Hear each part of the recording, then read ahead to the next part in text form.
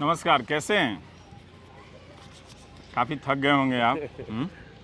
बधाई हो। अब तो हम चैनल में नहीं तो सब खुद ही करना पड़ता है। अरे मैं मान लेता हूँ।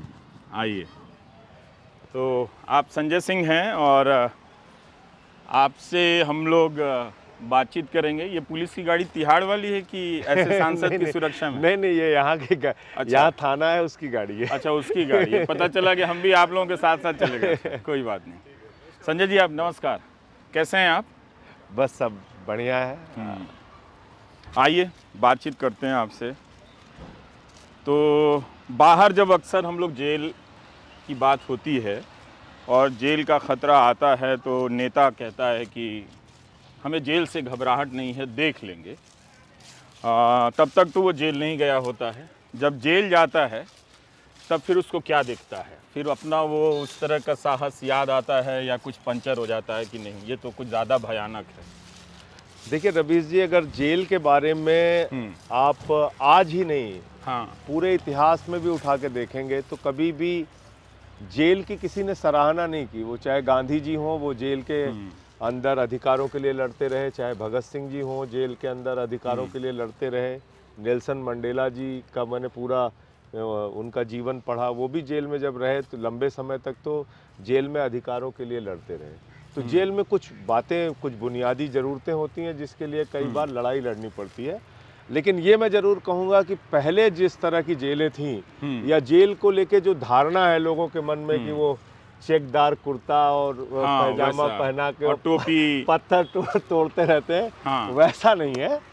कैंटीन होती है जेल में, कबूतर पंजा होता है जहाँ पे कि कबूतर हैं, खरगोश हैं, वहाँ म्यूजिक रूम है, विपस्सना के रूम है, मल्टीपल पर्पज हॉल है जहाँ पे बैडमिंटन कोर्ट है। तो अब पहले की तुलना में काफ़ी सुधार है। फिर भी एक नेता के तौर पे आप सांसद हैं, कुछ ह्यूमिलिएशन तो हुआ होगा कि ह्यूमिलिएशन का तो जो सवाल है वो तो आपको मैं क्या बताऊं कि मतलब जो मुझे तो जो सामान्य कैदियों के भी अधिकार थे उस पर 11 दिन तक बैन था पूरी तरीके से। मुझे एक कोठरी में रखा गया जिसकी निगरानी 24 घंटे होती थी और दो पुलिस वाले होते थे, वो 24 घंटे की ड्यूटी में, और हर 15 मिनट पे 5 मिनट पे वो पूछते थे हाँ ठीक है अंदर ठीक है, तो मुझे बोलना होता था ओके। कई बार सो रहा हूँ फिर भी बोलते थे तो उनको बताना होता था।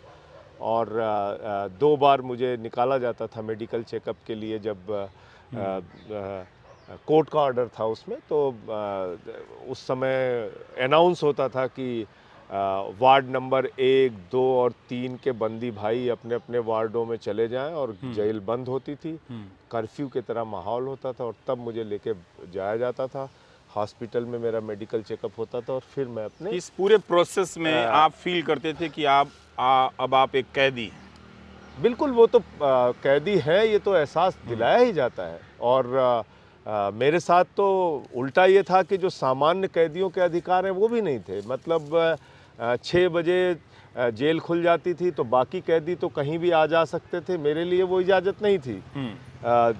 12 से 3 जेल बंद होती थी, 3 बजे फिर जेल खुलती थी और 6-7 बजे तक बाकी कैदी कहीं भी आ जा सकते थे, मैं नहीं जा सकता था। तो 11 दिन के बाद मैं फिर सुपरिटेंडेंट से मिला तो मैंने कहा कि भाई मुझे जो सामान्य कैदियों के अधिकार हैं वो तो मिलने चाहिए, वो तो मेरा अधिकार है।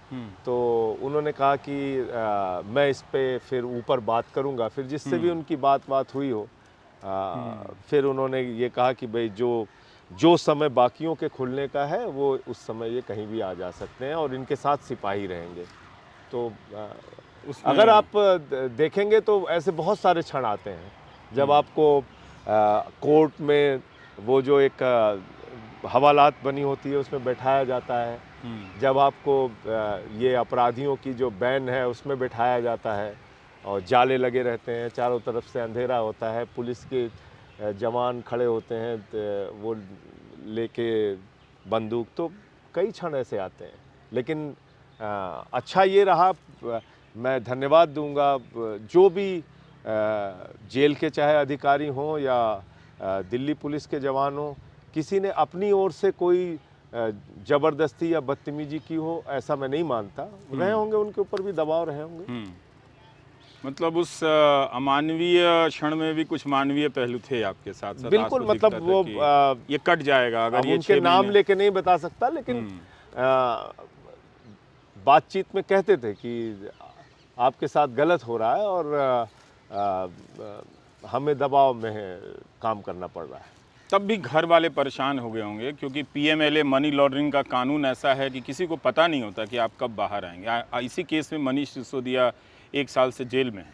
बिल्कुल आपने ठीक कहा। ये कानून ही ऐसा है जिसमें लंबे समय तक जेल में आपको रखा जा सकता है। लेकिन रवीश जी, 80% लोग अंडर ट्रायल हैं हिंदुस्तान की जेलों में।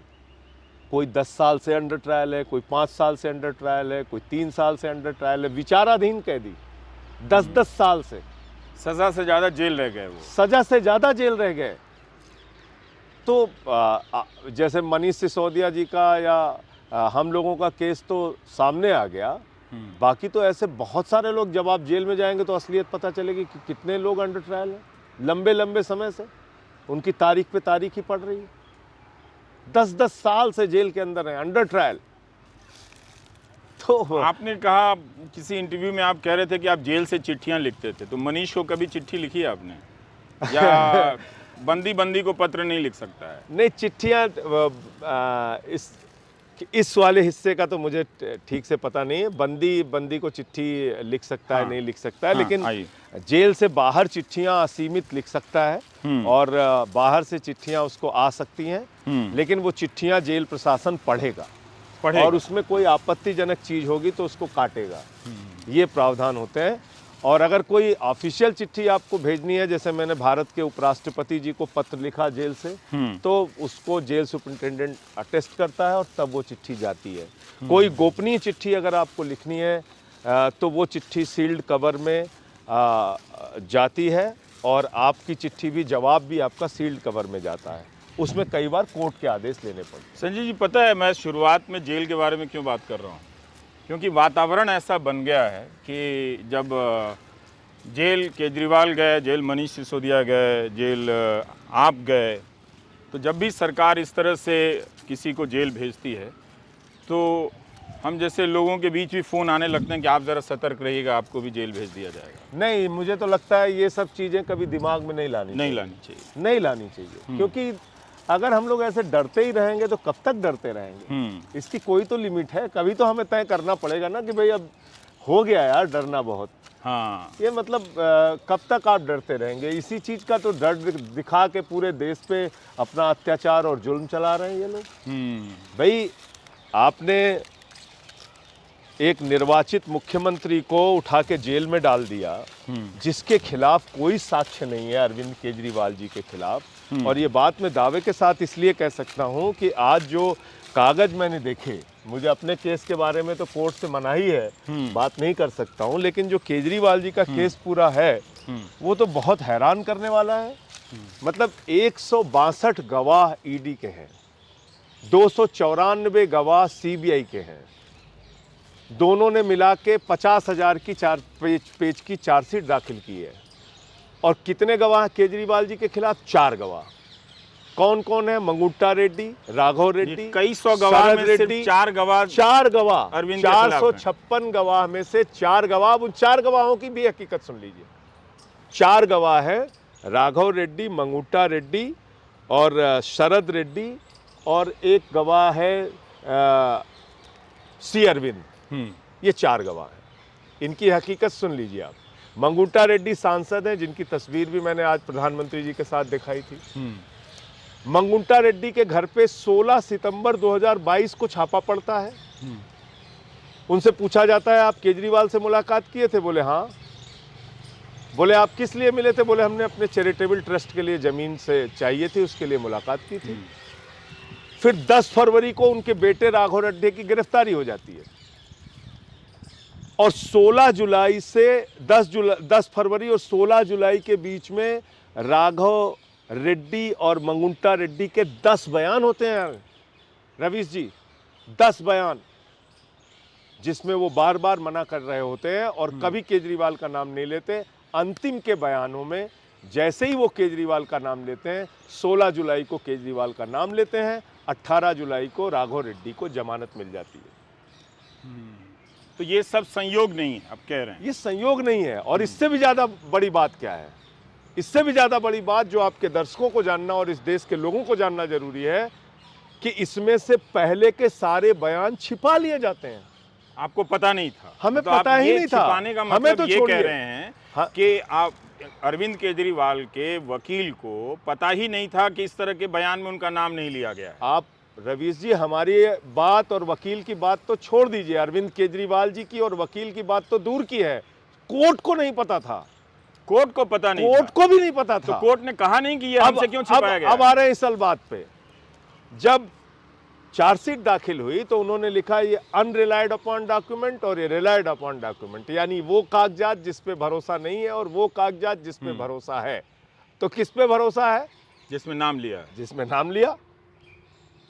तो 10 बयान में से 2 बयान पे आपको भरोसा है, 8 बयान पे भरोसा नहीं है। फिर एक 207 में कार्रवाई होती है। हमारे वकील ने अभी कुछ दिनों पहले कोर्ट में एप्लीकेशन दी कि भाई ये तो ठीक नहीं है। भाई कोई ईडी का दफ्तर कोई म्यूजियम तो है नहीं कि आपने वहां कागज इकट्ठा कर लिया, सजाने के लिए रखा है। ईडी का दफ्तर है, जांच के जो कागजात है वो आप इकट्ठा कर रहे हैं किसी के भी खिलाफ, उसको दोषी साबित करने के लिए ना। और दोषी कौन कहां साबित होगा? वो अदालत में। तो कागज आपको कहां रखना चाहिए? अदालत में। आपने उसको वहां छिपा के रखा है। कोर्ट ने कहा नहीं, आप इनको जांच कराइए। वकीलों को आरोपी का अधिकार है, उसके संबंध में जो भी आपने कागजात और दस्तावेज इकट्ठा किए हैं वो उनके वकीलों को दिखाइए। तब जाकर आपके वकीलों को पता अभी चला? कुछ दिनों पहले सर हमारे वकीलों ने जाके देखा, केजरीवाल जी के वकीलों ने जाके देखा कि क्या क्या बयान मंगुंटा रेड्डी और राघव रेड्डी ने दिया है पहले और बाद में, और किस दिन उसको बेल मिली। ये हो गए ये 2 पात्र। अब आ जाते हैं तीसरे पात्र पे, शरद रेड्डी, जिसको खुद ईडी ने किंग पिन बताया। ईडी ने कहा ये किंग पिन है, यही मुख्य घोटालेबाज है। तो उसकी गिरफ्तारी कब होती है? 9 नवंबर को उसके घर पे छापा मार दिया 2022 में। 10 उससे पूछताछ की, उसने केजरीवाल का नाम नहीं लिया। 10 नवंबर को उसकी गिरफ्तारी हो जाती है। और जैसे ही उसकी गिरफ्तारी होती है उसके बाद 10 नवंबर से लेकर 25 अप्रैल तक की तारीखें बहुत महत्वपूर्ण है। 10 नवंबर को किंग पिन ईडी के हिसाब से, जांच एजेंसी के हिसाब से जो किंग पिन है वो 15 नवंबर को 5 करोड़ की पेशगी और नजराने की रिश्वत इलेक्टोरल घोटाले के रूप में बीजेपी को दे रहा है। और अपनी गिरफ्तारी के दौरान और उसके बाद 55 करोड़ रुपए उसने दिए। तो शराब घोटाला तो बीजेपी ने किया है, ये बीजेपी का शराब घोटाला है। पर वित्त मंत्री कह रही हैं कि किसी ने इलेक्टोरल बॉन्ड खरीदा, ये साबित नहीं है कि वो रिश्वत के बदले है या रिश्वत के रूप में है। अब रवीश जी ये तो कोई भी सामान्य आदमी भी समझ सकता है कि एक आरोपी जो ईडी के कब्जे में है, जिसको ईडी किंगपिन बता रही है, और अपने गिरफ्तारी के 5 दिन के बाद वो 5 करोड़ की पहली पेशगी देता है, फिर अलग अलग किस्तों में 55 करोड़ रुपए देता है। क्या उसके खाते नहीं सीज होने चाहिए थे रवीश जी? एक आरोपी जो आपकी कस्टडी में है उसके खाते क्यों नहीं सीज हुए? मनीष सिसोदिया के खाते सीज हैं, आपको पता है? उनका सारा बैंक अकाउंट फ्रीज है। उनके कुछ बैंक अकाउंट छोड़ के कुछ बैंक अकाउंट उन्होंने फ्रीज किया। उनकी प्रॉपर्टी जो इस घोटाले, तथाकथित घोटाले की शुरुआत के पहले जब वो न्यूज़ एंकर के रूप में काम करते थे उस समय की जो खरीदी हुई थी जो फ्लैट था उसको तक को अटैच किया है। तो आप देखिए कि जो शरद रेड्डी है वो ईडी की कस्टडी में है और उसके बैंक अकाउंट से 55 करोड़ रुपए जा रहा है और ईडी को पता नहीं, बीजेपी को चला जा रहा है। हो सकता है। और अगर इसको वित्त मंत्री जी डिफेंड करेंगी तो कैसे करेंगी भगवान जानता है। हालांकि बीजेपी किसी को भी डिफेंड कर सकती है, वो चाहे अजीत पवार हो, छगन भुजबल हो, हसन मुशर्रफ हो। तो आप आंध्र प्रदेश जाएंगे श्रीनिवास रेड्डी के खिलाफ कैंपेन करने? हेमंत विश्व शर्मा, वो तो फोटो मैंने आज दिखाई थी, आपको भी दिखा देता हूँ। अब तो वही जो मैंने आपकी प्रेस कॉन्फ्रेंस देखी थी, वही पर आप जो जाएंगे आंध्र प्रदेश में श्रीनिवासलु रेड्डी के खिलाफ कैंपेन करने के अब लिए? वो इंडिया गठबंधन के जो कैंडिडेट बुलाएंगे तो जरूर और जाएंगे। पर आप जमानत की शर्तों के हिसाब से आप दिल्ली से बाहर नहीं जा सकते। बता के जा सकते हैं, बता के जा बता सकते के हैं। जा सकते हैं। और हमारी किसी पॉलिटिकल एक्टिविटी पे रोक नहीं है, कोई रोक नहीं है। नहीं, हमारी किसी भी राजनीतिक गतिविधि पर रोक नहीं है। और मैं मुझे आईओ को बताना होगा तो मैं बता के जा सकता पर संजय, हम ये जानना चाहते हैं कि ये जो बात आप गवाहों की कर रहे हैं कि 10 बयान, 7 बयान, 6 बयान जिसमें अरविंद केजरीवाल का नाम नहीं लिया जाता है, ये सब आप लोगों को अभी पता चला है, इसलिए अभी आप कह रहे हैं? क्योंकि पिछले 1 साल में 2 साल से जब हम लोग केस 2 साल से तो गिरफ्तारियां और ये सब बातें नहीं आ रही थी। 2 साल से गिरफ्तारियां और जांच ही चल रही थी। जब हमने उनसे छिपाए गए कागज मांगे कि भाई आपने कौन सी चीज़ ऐसी रखी है जो अनरिलायड अपॉन डॉक्यूमेंट में है, जब उस पे उन्होंने कहा, अभी वो कागज भी मिले नहीं, उसकी जांच करने के ही सिर्फ आदेश मिले हमारे वकीलों को। पर तो ईडी के वकील कोर्ट में, आप बात पूरी कर लीजिए। तो जब हमारे वकील गए तो उन्होंने देखा ये बयान है। ईडी के वकील हाई कोर्ट में कह रहे थे कि किसी भी गवाह से कई चरणों में पूछताछ होती है ताकि वो बयान को क्रॉस चेक किया जाए, तब जाके असली बयान वापस आता है। तो इसमें कोई बड़ी बात नहीं है कि 9 बयान में पहले नाम नहीं लेता है और 10वें में नाम लेता है। सेक्शन 50 में जिससे भी पूछताछ होती है तो उससे पूछिएगा, किसी से भी या किसी वकील से पूछिएगा। मुझे तो ये कहा गया, मैं अपने केस के बारे में ज़्यादा डिटेल नहीं बोल सकता, लेकिन ईडी का अधिकारी किसी भी व्यक्ति से अगर सेक्शन 50 में बयान लेता है तो कहता है देखो भाई सेक्शन 50 का बयान है, अगर कुछ भी गलत बोलोगे तो तुम्हारे खिलाफ कार्रवाई होगी। अच्छा, तो उसमें तो गलत बयान दे ही नहीं सकता। राजू साहब तो इस बात को जानते हैं, कैसे वो बोल रहे हैं इस बात को। आज सेक्शन 50 में गलत बयान नहीं दे सकते हैं। तो ये पहलू है इसका कि जो आप कह रहे हैं कि 9 बयान में या 6 बयान में वो नाम नहीं लेता है। सेक्शन 50 कहता है कि आप कोई भी बयान दे, गलत नहीं बोल सकते आप। अगर आप गलत बयान देंगे सेक्शन 50 में तो आपके खिलाफ कार्रवाई होगी। लेकिन वो आदमी अप्रूवर बन जाता है, एक तरह से माफी मिल जाती है उसको। वो अप्रूवर बन जाता है, उसको बेल मिल जाती है और वो चुनाव प्रचार कर रहा है अपने पिता के साथ लगा के फोटो बाकायदा। ये सारे लोग आप लोगों के आसपास कैसे आ गए? ये मंगुंटा रेड्डी जो है, ये बाकायदा जो है फोटो लगा के मोदी जी की प्रचार कर रहा है, वोट मांग रहा है 2024 के। पर ये सारे लोग आपके आसपास कैसे आ गए? तेलंगाना का कोई सांसद है, वो मुख्यमंत्री केजरीवाल के पास टाइम लेके आ गया, जो अरविंद केजरीवाल ने भी कहा कि भाई समय नहीं था, वो एक छोटी सी मुलाकात हुई जिसमें वो समय तो उसने बाकायदा चिट्ठी लिख के समय मांगा और जब उसको समय दिया गया तो उस समय के दौरान जो बातचीत हुई उसको उसने शुरुआती बयान में वही बात उसने भी कहा, वही बात सच भी है। लेकिन बाद के बयानों में जब 5 महीने उसके बेटे को जेल में रख दिया तो टूट गया वो, 6 महीने शरद रेड्डी को जेल में रख दिया तो टूट गया। पर आप लोग भी पैनिक में नहीं आए? जब शराब नीति को लेकर जब आलोचना हुई तो वापस भी ले लिया आप लोगों ने, पुरानी नीति बहाल कर दी, तो इससे एक मैसेज गया कि शायद नई नीति में कुछ गड़बड़ी थी तो पुरानी नीतियों को वापस अब यही नीति पंजाब में है, वहाँ इसी नीति से मुनाफा हो रहा है। अभी भी यही इसी प्रकार की नीति पंजाब में है। यहाँ पे क्या है कि यहाँ पे इन्होंने कहीं दुकान ही नहीं खुलने दी। मतलब जो ये फैलाया जाता ना गली मोहल्ले में, गली गली में शराब के दो ठेके, मैं आपसे जिम्मेदारी से कह रहा हूँ और आप इसको चाहे चेक करा लीजिएगा, चाहे भाजपा वाला भी कोई चेक करा ले, जो पॉलिसी के पहले ठेकों की संख्या थी उन ठेकों की संख्या में बढ़ोतरी तो क्या घटोतरी हुई। अच्छा, ठेके बढ़े नहीं दिल्ली में, घटे। तो मेरा ये कहना है कि ये पूरा जो शराब घोटाला है ये ईडी की जांच शुरू होने के बाद शुरू होता है और वो घोटाला सीधे तौर पे अब तो मनी ट्रेल है। 55 करोड़ रुपए बीजेपी वालों को मिला है। कितने बीजेपी के नेताओं से पूछताछ हुई? आप यकीन कर सकते हैं कि 55 करोड़ रुपए किसी पार्टी में आएगा और उसके शीर्ष नेतृत्व को पता नहीं चलेगा? क्या आप भरोसा कर सकते हैं रवीश जी इसको, या इस देश का कोई तो नहीं कर सकता। सामान्य मैं तो इस बात को खुद ही अपने कार्यक्रम में क्वेश्चन कर रहा हूं कि किसी कंपनी ने 55 ईडी का रेड पड़ रहा है, वो कंपनी बीजेपी को ही चंदा दे रही है, ये थोड़ा विचित्र है। मतलब और अकेले ये तो खैर मान लीजिए शराब, भले ही वो कंपनी किसी और पार्टी को दे रही है, पर इससे ये एक्सक्यूज पूरा नहीं हो सकता है। ये तो सीक्वेंस है ना पूरा रवि जी।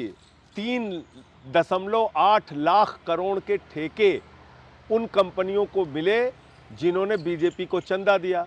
ये तो सर्वविदित सत्य है आज की तारीख में कि जिन पे ईडी और सीबीआई के छापे चले उन्होंने बीजेपी को चंदा दिया। ये तो अब ओपन हो चुका है ना, अब इसमें कोई बहस की तो गुंजाइश नहीं बची।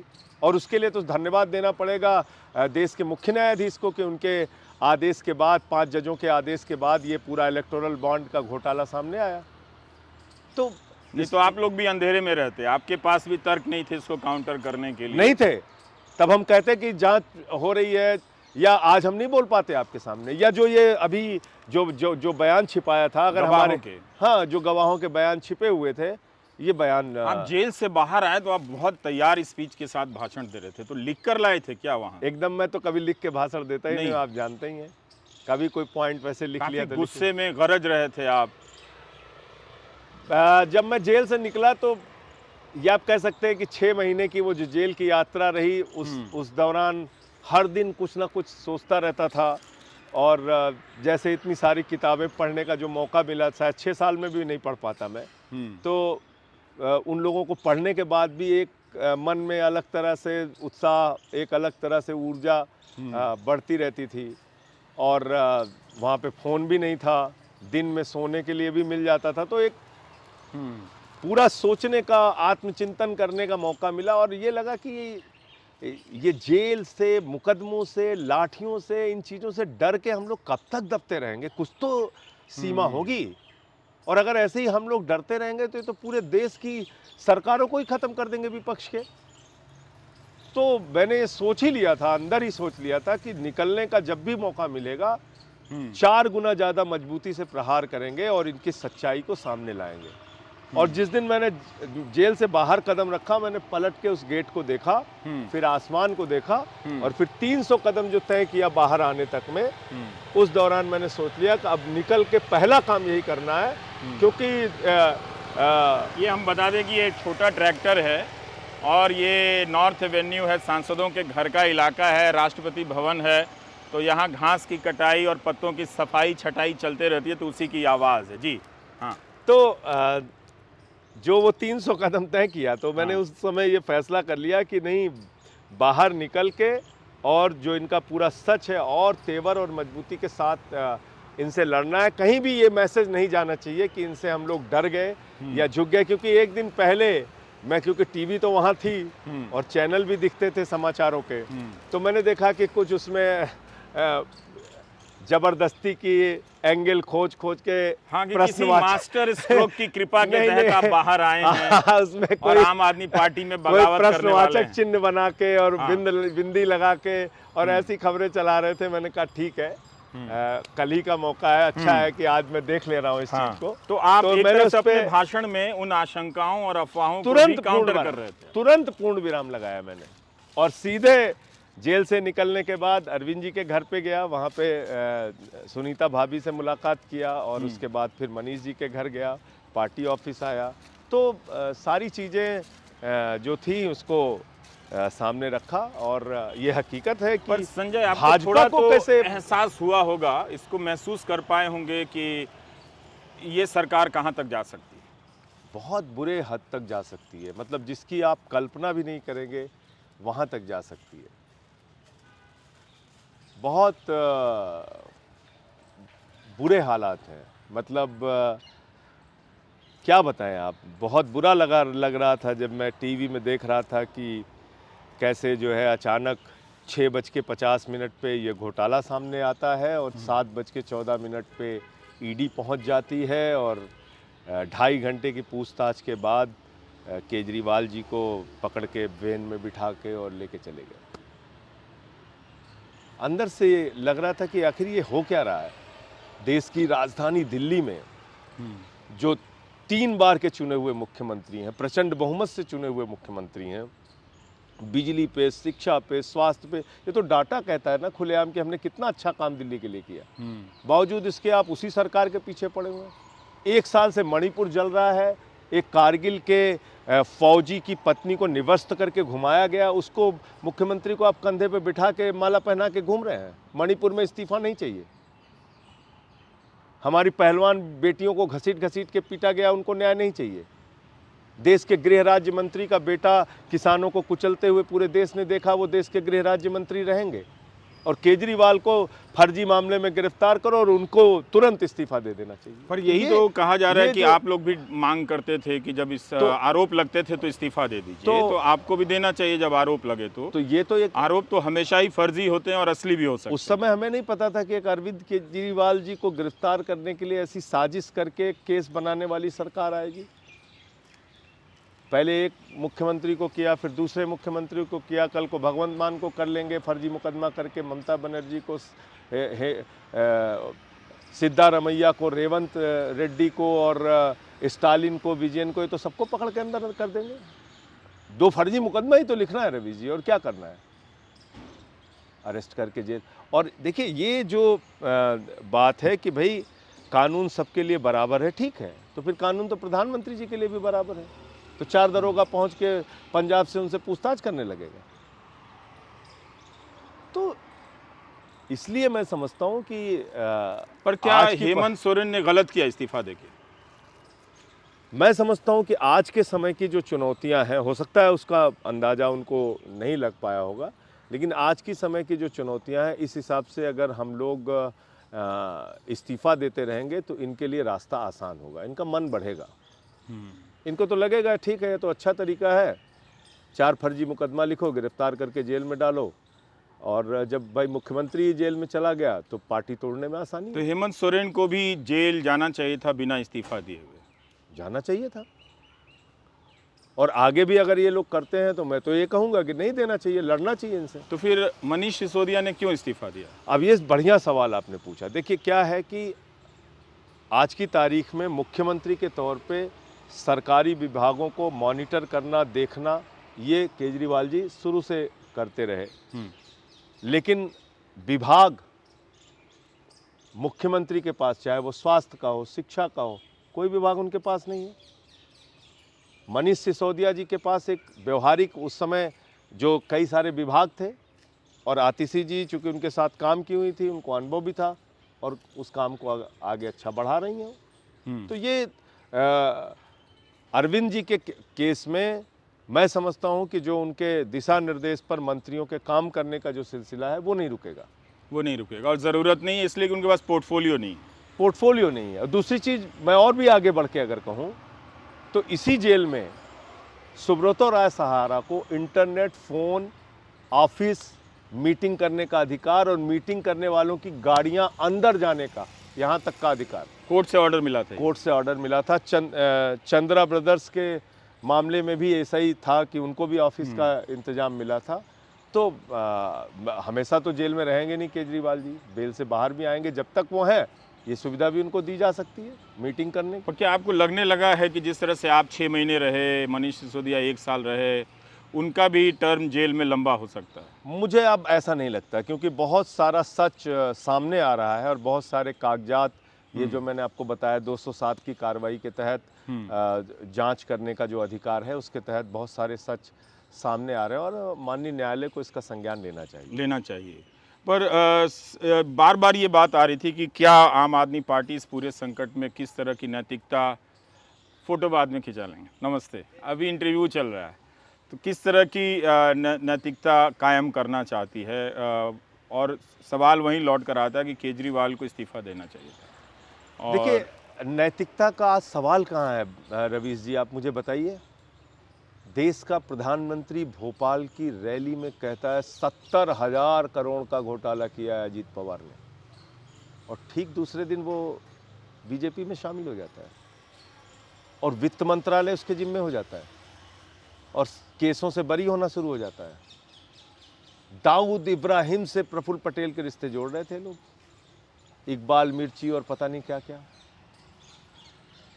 हसन मुशर्रफ बहुत बड़ा 100 करोड़ का घोटालेबाज था, चीनी मिल का घोटालेबाज। 800 करोड़ का महाराष्ट्र सदन का घोटाला लगा रहे थे छगन भुजबल पे। जमीनों के घोटाले का आरोप लगा रहे थे राणे के ऊपर। जनार्दन रेड्डी पे तो माइनिंग के हजारों करोड़ के घोटाले के आरोप। वाटर घोटाले का आरोप हेमंत विश्व शर्मा पे, शुभेंदु अधिकारी और मुकुल राय पे शारदा नारदा स्कैम। तो मोदी जी तो भ्रष्टाचारियों को गले लगा रहे हैं।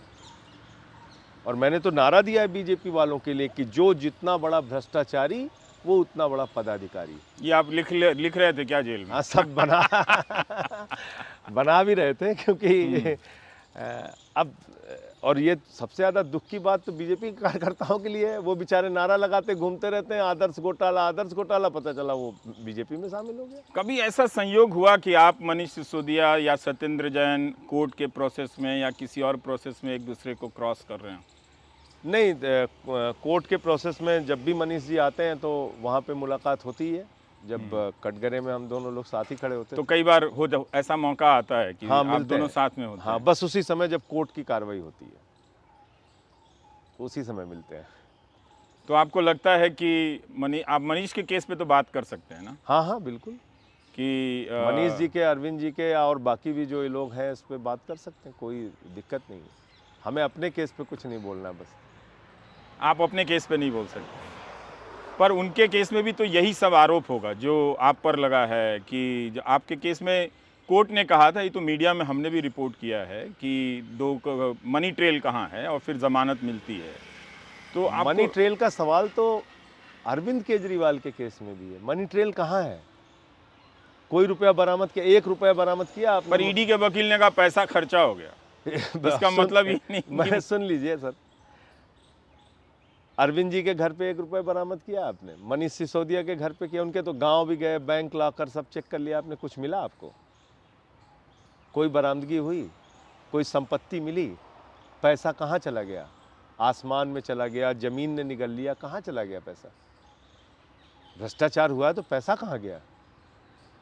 है कि मधुमक्खियाँ हम दोनों पे मेहरबान हो गई। तो चलिए, कुछ तकलीफ जेल के बाहर भी होनी चाहिए। हाँ, हम ये अब हम बातचीत को ख़त्म भी करना चाहते हैं, पर आपने मोटा मोटी ये बात बताई कि किस तरह से अरविंद केजरीवाल के मामले में गवाह जो नाम लिए गए उनकी गिरफ्तारी को आप लोग पब्लिक में चैलेंज कर रहे हैं। कोर्ट में अब सुनवाई होगी, जैसा होगा हम ये जानना चाहते हैं कि इस वक्त आम आदमी पार्टी किस स्टेज में है। जिस तरह से शिवसेना का हाल हुआ, उद्धव ठाकरे के रहते शिवसेना ख़त्म हो गई, उसके 2 फाड़ हो गए। शरद पवार जैसे इतने अनुभवी नेता के रहते हुए भी एनसीपी के 2 फाड़ हो गए, सिंबल चला गया। क्या आप अपनी पार्टी के लिए इस तरह का संकट देख रहे हैं? क्योंकि आपके मुख्यमंत्री जेल में हैं, 2 सीनियर मिनिस्टर जेल में हैं, आप भी जेल में रह के 6 महीने तक आए हैं। अब पता नहीं अब कौन और मिनिस्टर जेल में जा सकता है। देखिए, संकट से तो बिल्कुल इनकार नहीं किया जा सकता, लेकिन मैं ये कह रहा हूँ कि इसके लिए अब आपको सोचना होगा कि आपको वो पटका पहन के इनके सामने इनके गुलाम की तरह इनके साथ शामिल हो जाना है या फिर डट के इनके खिलाफ आवाज़ उठानी है। ये तो आपको तय करना पड़ेगा।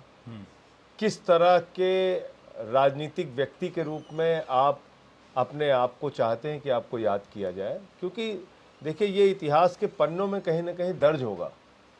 अगर आप झुक गए इनके आगे तो आपको एक कायर के रूप में याद किया जाएगा, और अगर आप बहादुरी से लड़ते रहे तो आपको बहादुर के रूप में।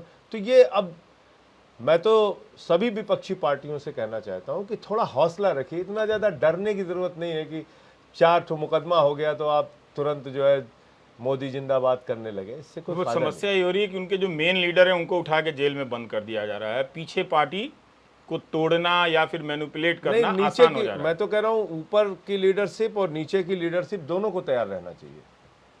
दोनों को इस बात के लिए तैयार रहना चाहिए कि भाई अगर मान लीजिए एक परिस्थिति आपके सामने आई है तो उससे लड़िए आप।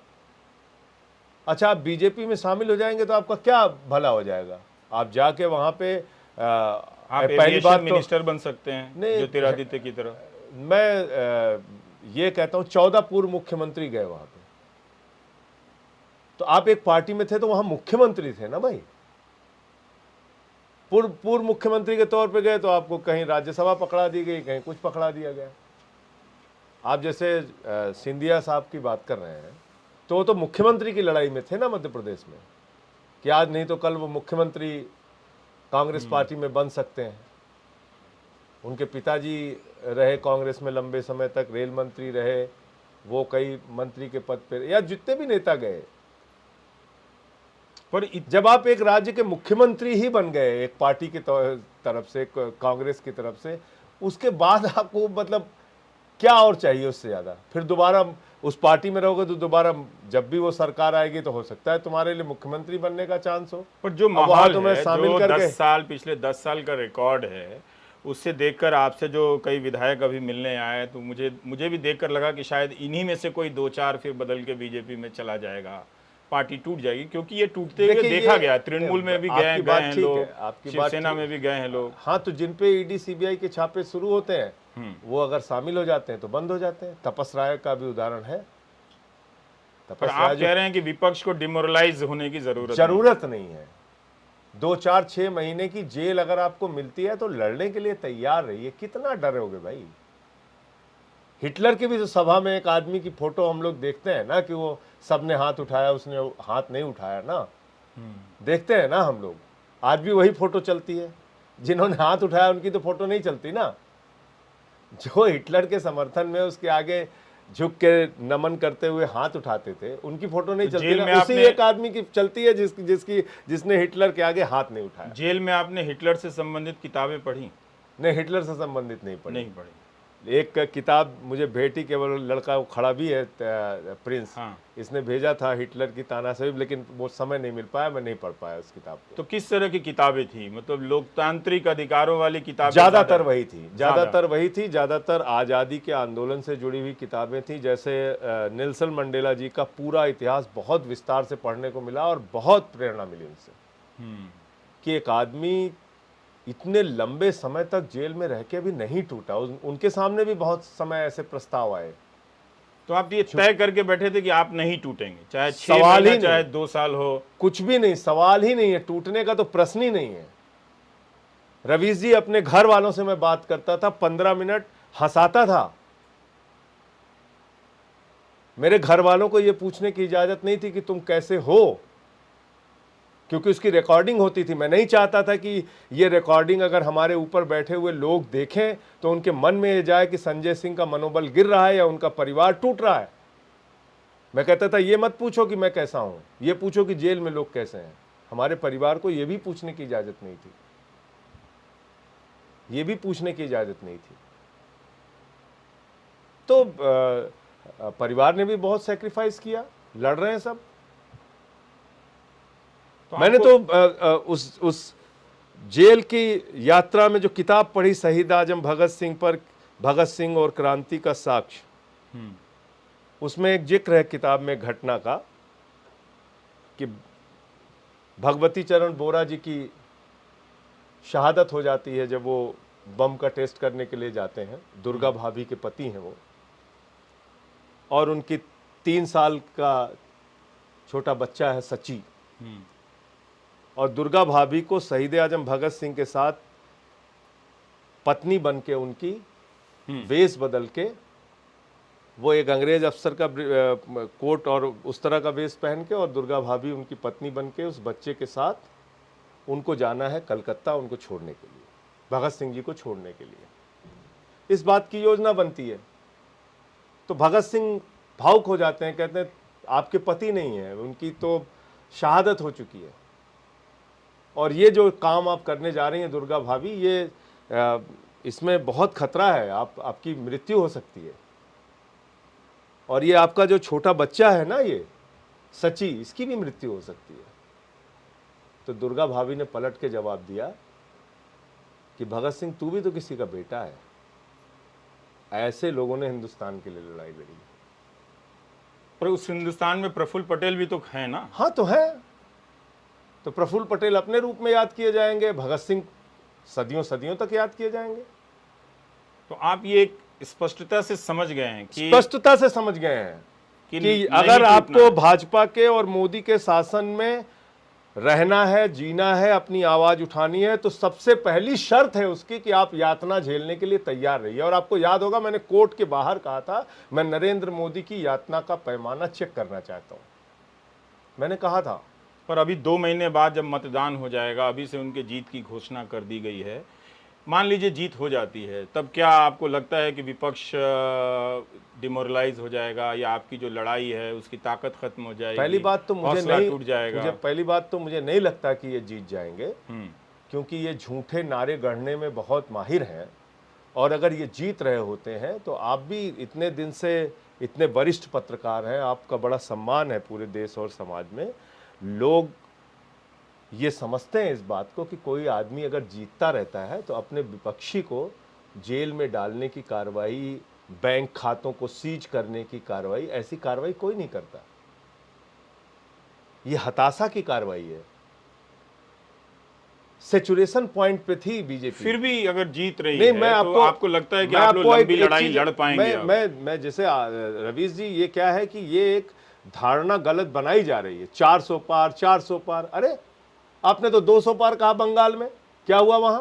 दिल्ली में आपने 45 पार कहा, 8 सीट आई। मेघालय में आपने 21 पार कहा, 1 सीट आई। हरियाणा में आपने 75 पार कहा, वहां पे 40 सीट आई। आपने महाराष्ट्र में कहा था 150 पार। तो आप तो नारा ऐसे ही देते रहते हैं, 150 पार, 200 पार, 300 पार, 400 पार।